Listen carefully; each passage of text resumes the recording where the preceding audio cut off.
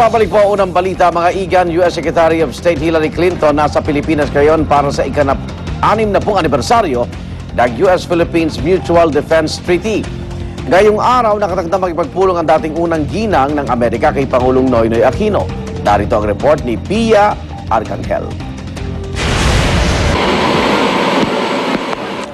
Mula sa APEC Summit sa Hawaii, dumating sa Pilipinas alas 5 ng hapon lulo ng US aircraft Boeing 757 si US Secretary of State Hillary Clinton. Sinalubong siya ni US Ambassador Harry Thomas, DFA Undersecretary Rafael Seguis at Philippine Ambassador to the US Jose Cuisia. She is returning the visit of Secretary De Rosario, who went to the US at her invitation.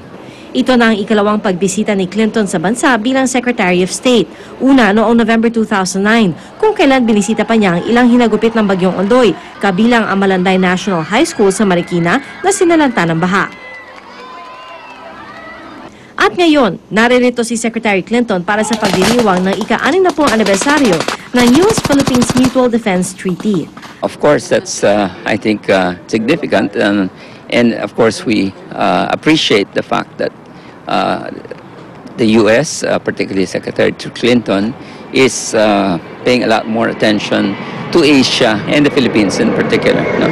Nakatakdang makipagpulong si Secretary Clinton kay Pangulong Noynoy Aquino. Pero bukod dyan, sasagutin din ni Secretary Clinton ang mga tanong ng ating mga kababayan sa public forum na eksklusibo at live po ninyong mapapanood sa GMA News TV sa alas 2:30 ng hapon at may live stream din sa GMA News Online. Yan po ang US Secretary of State Hillary Rodham Clinton, A Conversation in Manila, kung saan tatayong moderating si Vicky Morales at ang Editor-in-Chief ng GMA News Online na si Howie Severino, katuwang ang GMA News TV host na si Ramon Bautista.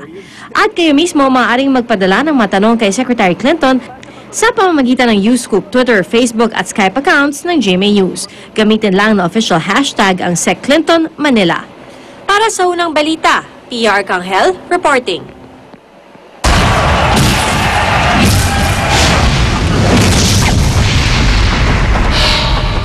Usap-usapan ngayon sa internet ang makailang beses na pag-apak ni Juan Manuel Marquez sa paa ni pambansang kamao Manny Pacquiao sa kanilang ikatlong pagtutuos. Sinadya nga ba ito ni El Dinamita o aksidente lang? Narito ang report ni Steve Dailisan. Nice uppercut. Habang nakatuon ang mata ng marami sa mabibilis na kamao ni Manny Pacquiao at Juan Manuel Marquez, may ilang nakapansin sa kakaibang footwork sa laban. Sa uling 11 segundo ng round 4, makikitang naapakan ni Marquez si Pacquiao. Pero ang tila aksidenteng pagtapak, ito't nasundan 1 minuto at 18 segundo bago magtapos ang round 6. Tiyempo nung magpakawala ng suntok ang pambansang kamao. At naulit pa, 1 minute and 49 seconds to go sa round 7. 1 minute and 27 seconds bago magtapos ang round 8 kasabay ng pagsuntok ni Marquez. At sa huling round ng laban, 2 beses pa itong naulit sa 1 minute and 23 second mark at sa huling 52 seconds ng laban. Suma total di bababa sa 6 na insidente ng pagtapak ni Marquez kay Pacquiao ang naitala sa laban. Tingin ng ilang social media user, pandaraya raw ito. Pero sa tweet mismo ni Coach Freddie Roach, sinabi niyang karaniwan daw ang apakan kung ang magkalaban ay southpaw o kaliwete tulad ni Pacquiao at orthodox o kanan ang gamit tulad ni Marquez. Nilinaw rin ni Roach na hindi ito ang dahilan ng pagkapulikat ng pound-for-pound king sa 4th round. Kadalasan daw nangyari yung pang-aapak kapag yung magkalaban na yung tinatawag na southpaw o yung kaliwete at yung namang orthodox o yung kanan, kasi kung mapapansin niyo yung kanilang mga paa magkasaliwa. Kaya kung sino yung may mas mabilis na footwork, siya yung may advantage na makapang-apak. Pero bawal na bawal yan sa boxing dahil yung ibang mga magugulang na mga boksingero ang ginagawa nila, tinatapakan nila, tas itinutulak pa yung kanilang kalaban. Mga 3 beses sa buong 12-round fight, I may call it an accidental stepping on the foot. Kung 6 times, siguro if not 3, if not 2 of those times, medyo intentional na sa tingin ko. Kahit anong bilis ng mga boksingero, tingin ng boxing analyst at referee ni Attorney Dan Rex Tapdasan, dapat naging mas matalas pa raw ang mata ng Team Pacquiao.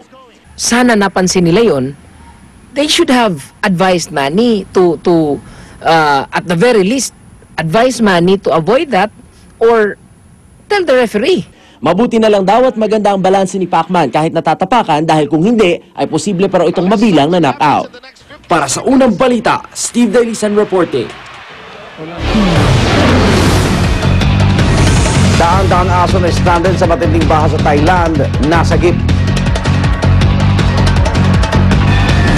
At silipin ang star-studded premiere ng The Twilight Saga Breaking Dawn Part 1 sa LA. Huwag pa uli, tutok lang sa unang balita.